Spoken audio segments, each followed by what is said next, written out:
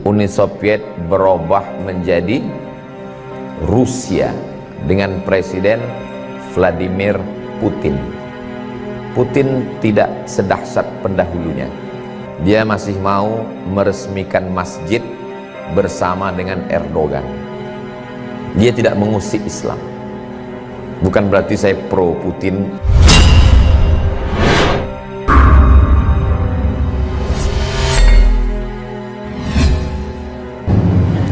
Negara ini dikuasai oleh Uni Soviet. Presiden terakhirnya Gorbachev. Ada yang mengatakan Gorbachev itu orang Bandung. Nama aslinya Cecep Gorbachev.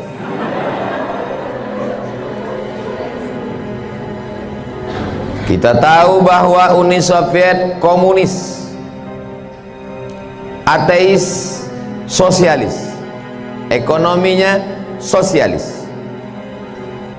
Akidah agamanya komunis, tidak ada Tuhan. Di antara tokohnya adalah Karl Marx. Pemikirannya disebut dengan Marxisme, mengatakan Tuhan tidak pernah menciptakan manusia. Manusia itulah yang membuat Tuhan dalam pikiran. Kata Marxis, Tuhan itu, agama itu hanya opium, candu. Sama seperti orang kecanduan narkoba, begitulah orang mabuk agama. Tuhan tidak pernah ada, kata Karl Marx. Negara-negara jajahannya tidak boleh membaca Quran. Quran dibakar, ulama-ulama dihabisi, agama tidak boleh berkembang. Akhirnya datang Boris Yeltsin.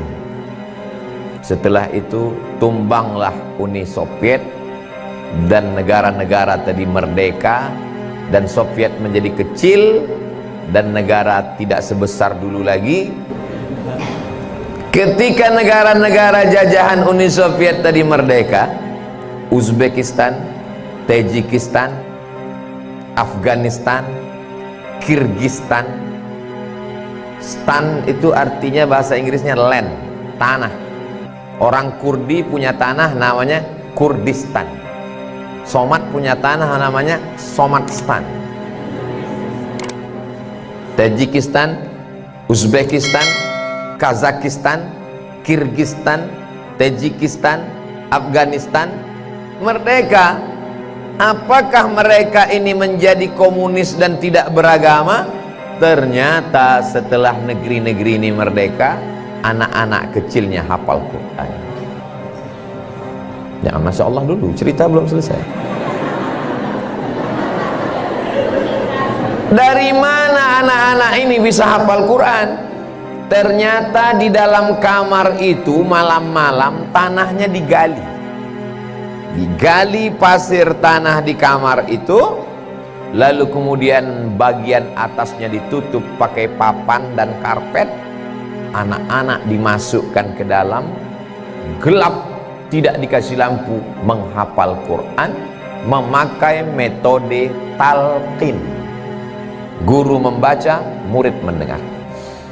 Uni Soviet berubah menjadi Rusia dengan Presiden Vladimir Putin. Putin tidak sedahsyat pendahulunya. Dia masih mau meresmikan masjid bersama dengan Erdogan. Dia tidak mengusik Islam. Bukan berarti saya pro Putin. Lalu dari 3 contoh sampel tadi, yang pertama Tunisia, yang kedua Uni Soviet, yang ketiga Turki. Ini akan masuk ujian akhir semester.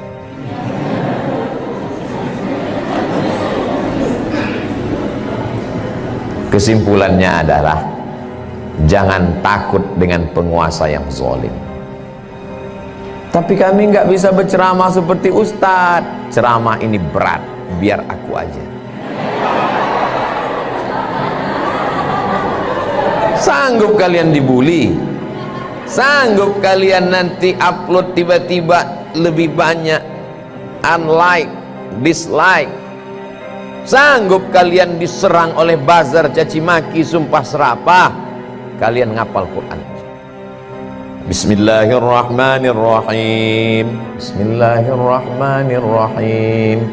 Idzas samaa'u fatarat, idzas samaa'u fatarat, wa idzal kawakibu tatharat, wa idzal kawakibu tatharat, wa idzal biharu fujirat. Tidak melihat Quran tapi hafal Al-Quran.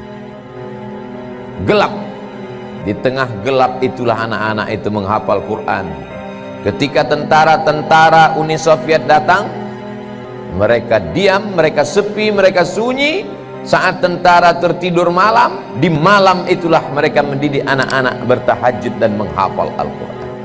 Terbukti janji Allah, inna nahnu nazzalna dzikra wa inna lahu lahafiz. Akhirnya apa yang terjadi? Begitu dideklarasikan negara pecah, Uni Soviet tumbang, berdiri Rusia, dan negara-negara kecil ini merdeka. Al-Quran sudah bangkit. Tidak ada yang bisa menghilangkan Islam dari suatu negeri. Kuncinya satu, lembaga pendidikan Al-Quran. Jadi walau apapun yang terjadi di suatu negeri, sezolim itu pun penguasanya, selama lembaga pendidikan Quran masih ada, Allah masih akan menolong negeri itu.